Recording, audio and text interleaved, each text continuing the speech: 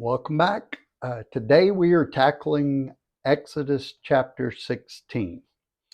If for some reason I haven't driven you crazy yet, or you hadn't got mad at me because I've conflicted your church doctrines with what Scripture actually says, today is probably the day. This is one of the most controversial things, and one of the things that most of the people that have gotten upset with me were all very seasoned Christians who have been doing this for a really long time. And this upset what they thought was best. And I even had somebody tell me that she didn't like that and wasn't going to do it. And I said, fine, it doesn't hurt me. God said it, not me. I didn't come up with this idea. So today we're going to talk about manna and a little bit about Shabbat. I'm going to split this one into two because the explanation of the Sabbath and manna will take way too long. I think some of you will probably fall asleep trying to figure that whole thing out. So I'm going to break it in two. So we're going to read chapter 16, Complete Jewish Bible. Let's go. They traveled on from Elim, and the whole community of the people of Israel arrived at the Sin desert between Elim and Sinai on the 15th day of the second month after leaving the land of Egypt. There in the desert, the whole community of the people of Israel grumbled against Moshe and Aaron. The people of Israel said to them, "We wished Adonai had used his own hand to kill us off in Egypt. There we used to sit around the pots with the meat boiling, and we had as much food as we wanted. But you have taken us out into the desert and let this whole assembly starve to death." Adonai said to Moshe, "Here, I will cause bread to rain down from heaven for you. The people are to go out and gather a day's ration every day. By this I will test whether they will observe my Torah or not. On the sixth day, when they prepare what they have brought in, it will turn out to be twice as much as they gather on the other days." Moshe and Aaron said to all the people of Israel, "This evening you will realize that it has been Adonai who brought you out of Egypt." Basically saying, it wasn't me. This wasn't my idea. uh, what, what are we that you should grumble against us? Moshe added, "What I've said will happen when Adonai gives you meat to eat this evening and your fill of bread tomorrow morning. Adonai has listened to your complaints and grumblings against him. What are we? Your grumblings are not against us, but against Adonai." And that's what I like to tell people. You can get mad at what I'm saying, but this is what God said, not me. Your argument is with him. So Moshe said to Aaron, "Say to the whole community of Israel, come close into the presence of Adonai, for he has heard your grumblings." As Aaron spoke to the whole community of the people of Israel, they looked toward the desert, and there before them the glory of Adonai appeared in the cloud. And Adonai said to Moshe, "I have heard the grumblings of the people of Israel. Say to them, at dusk you will be eating meat, and in the morning you will have your fill of bread. Then you will realize that I am Adonai your God." That evening quails came up and covered the camp, while in the morning there was a layer of dew all around the camp. When the dew had evaporated, there on the surface of the desert was a fine flaky substance, as fine as frost on the ground. When the people of Israel saw it, they asked each other, "Manhu, what is this?" That's what manna means is, what is this? Because they didn't know what it was. Moshe answered them, "It is the bread which Adonai has given you to eat. Here is what Adonai has ordered each man to gather according to his appetite. Each is to take an omer, basically 2 quarts, per person for everyone in his tent." The people of Israel did this. Some gathered more, some less. But when they put it in an omer measure, whoever had gathered much had no excess, and whoever had gathered little had no shortage. Nevertheless, each person had gathered according to his appetite. Moshe told them, "No one is to leave any of it till morning," but they didn't pay attention to Moshe, and some kept the leftovers until morning. It bred worms and rotted, which made Moshe angry at them. So they gathered it morning after morning, each person according to his appetite. But as the sun grew hot, it melted. On the sixth day, they gathered twice as much bread, 2 omers per person, and all the community leaders came and reported to Moshe. He told them, "This is what Adonai had said. Tomorrow is a holy Shabbat for Adonai, or Sabbath. Bake what you want to bake, boil what you want to boil, and whatever is left over, set aside and keep for the morning." They set it aside till morning as Moshe had ordered, and it didn't rot or have worms. Moshe said, "Today eat that, because today is a Shabbat for Adonai. Today you won't find it in the field. Gather it 6 days, but on the seventh day is the Shabbat. On that day there won't be any." However, on the seventh day, some of the people went out to gather and found none. Adonai said to Moshe, "How long will you refuse to observe my mitzvot and teaching, my commands? Look, Adonai has given you the Shabbat. This is why he is providing bread for 2 days on the sixth day. Each of you stay where you are. No one is to leave his place on the seventh day." So the people rested on the seventh day. The people called the food man. It was like coriander seed, white, and it tasted like honey cakes. Moshe said, "Here's what Adonai has ordered. Let 2 quarts of man be kept through all of your generations, so that they will be able to see the bread which I fed you in the desert when I brought you out of Egypt." Moshe said to Aaron, "Take a jar, put in it 2 quarts of man, and set it aside before Adonai to keep you through all your generations." Just as Adonai ordered Moshe, Aaron set it aside before the testimony to be kept. The people of Israel ate man for 40 years until they came to an inhabited land. They ate man until they arrived at the borders of the land of Canaan. So he told them to put one aside and put it in the ark. When Jesus comes back and the ark is found, that jar of manna will be in there. So let's see if we can make some of this make sense. So they moved to the wilderness of Sin, Seen.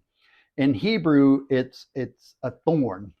It is the root word for Sinai, like Mount Sinai. In Hebrew, Sinai is pronounced Sinai, and it means thorny. That's not, don't get caught up on those details too much, but it's good information to have. So when they arrived, it was 2 months since they had left Egypt. The complaining starts again. Their complaints were against God, like I said. God's not angry because he's going to lead Israel through lesson after lesson, because he's put them on trial. He's testing them. He's training them. I don't get upset when one of my grandchildren does something wrong. I know that my job is to teach them how to do things. And these are infants in the knowledge of God right now. So God is very patient, has a lot of grace for them. But 3 million Israelites were hungry, and God teaches them an important principle. They are to gather all the manna they needed, but only for a day. Except on the 6th day, they were to gather a double portion. So taking what you want versus what you need are 2 different things. And God's trying to show them that and teach them that. Verse 6 says in the NLT, the New Living Translation, it says, "So you shall know it was the Lord who brought you out of Egypt." But actually, it says, "So you shall know it was Jehovah who brought you out of Egypt." God's personal name was used, and they substituted Lord. So that's one of the reasons we talk about translation so much. The issue is that the Israelites had doubts as to who it was that brought them out of Egypt. They saw Moses. They couldn't see God, or they weren't keeping their eyes on God. So Israel couldn't fully grasp that, but they also won't for many decades. Moses tells Aaron to call the entire community to come near. And then as they looked out in the desert wilderness, they saw the glory of God in the cloud. So why did Moses have to tell people to stop, look up, and come near? Because while God's presence is available to us, we must choose to come near to him. We can't just hold the Bible near us and absorb it. We have to come near to him and then look up, keep our eyes on him, stop other things, shut it all down, and pay attention to what God's trying to teach you. And if we keep our eyes on Jesus, then who is really our present day glory of God, he's who we can look to, like they were looking to the cloud. So Israel had taken their eyes off the cloud and become disheartened. Every time I get down, every time I'm starting to get whiny or complainy or whatever, it's always because I took my eyes off of God. I took my eyes off of what he wants me to pay attention to. And I'm paying attention to the past, or I'm paying attention to something made up, or something I'm not supposed to pay attention to. So we get used to the idea of Yeshua in us, Jesus the Christ. guiding us. So he goes unnoticed sometimes in our lives, but God's presence has never left Israel. And the people just quit looking on it. That's all it was. Like, there's days when I pay no attention to Jesus. He didn't go anywhere. I just didn't pay attention to him. That God's word is still here. I just didn't read it, or I didn't worship. Whatever it is, it's on me. It's not on him. He didn't move. So quail migrating across the Sinai and Arabian peninsulas at that time of the year was pretty normal. That they would rest and fill up the land after a long flight was not that uncommon. That they would do so at God's command, that's the supernatural part, and in such quantities. So at the exact spot needed, he had them show up. And that was a miracle. So the sunrise revealed an even greater miracle. Verse 13 says that the Hebrews ask, what is it? In Hebrew, what is it is manhu. So from which we have the word manna. That's where that comes from. Moses tells them it is the bread, lechem, meaning food that God has promised to send them. Taken with Numbers 11:9, that says, when the dew fell on the camp at night, the manna would fall upon it. We get a more complete picture of what was actually happening. There would be a fall of dew, then the manna, and then another layer of dew. And apparently this is what kept the manna clean and fresh. I mean, it's one thing for God to rain food from heaven for us, but for him to deliver it in a prepackaged way that protects it, only God can do that. So when the Hebrews gathered the manna, a strange thing happened. Everyone had the same amount. The Israelites learned that there was no need to hoard or to rush out or to worry if there would be enough. There'll always be enough if God provides it. So in God's economy, his bounty is endless, and equality is about giving each person what they need.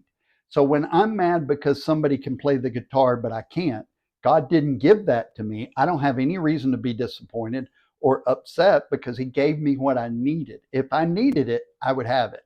So now, granted, I could take lessons and probably practice, but I wasn't born with natural talent, I guess is my point. So verse 19 brings another reminder from Egypt, Passover. The Hebrews are to gather just enough and dispose of the remainder, leaving nothing till daybreak. Well, remember that same instruction about the Passover lamb. Eat everything there and don't save anything for the next day. It's the same. So these are things God's putting the Hebrew people through to train them, to teach them. So many of the Israelites ignored that part. Shocking, huh?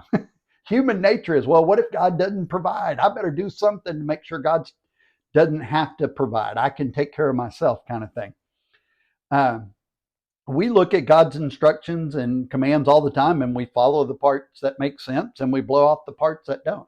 That is the number one argument about the Sabbath, Shabbat. It just doesn't make sense to us. It doesn't apply to us, so we're going to ignore it. So we see God's position on obedience and how blessings can be ruined by rebellion or by our determination of which of God's commands and ordinances are important and which aren't. We don't have that ability, but we do it anyway. So in verse 22, they were instructed to gather double the amount of manna. And then in verse 23, the reason is given. The seventh day is the Sabbath. It's the Shabbat. So we have the reestablishment of the Sabbath. The Sabbath had already been established at creation, and some people still got up on the Sabbath morning and went and tried to gather manna. So Moses says, now you're all on house arrest for the Sabbath. Stay where you are and do not leave your tent. So think about this. They're slaves, and God gives them a mandatory day off. That was opposite of what their life was before.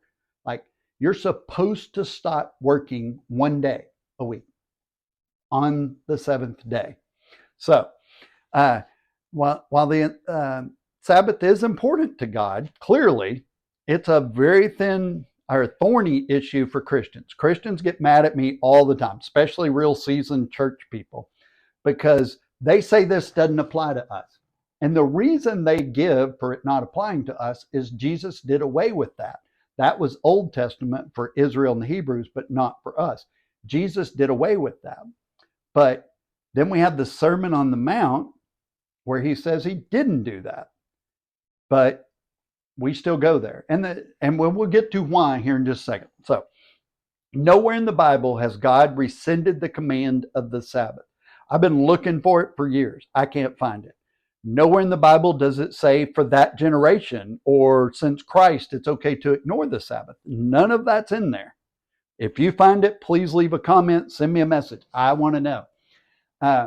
But like I said, in the Sermon on the Mount, he says he didn't do any of that. Or as many Bibles say, the law and the prophets. But really what he said was he didn't abolish the Torah. It's all still there. So it is a fact that the early church followed the biblical rule of the Sabbath until Emperor Constantine comes along and he ordered the Sabbath abolished. He didn't change it. He didn't move it to Sunday. He abolished it.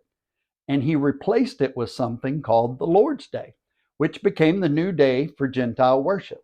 There is so much there, there's no way I can contain it all in this video. So we're going to stop there and just know we're going to talk about Constantine in the second half of chapter 16 next time.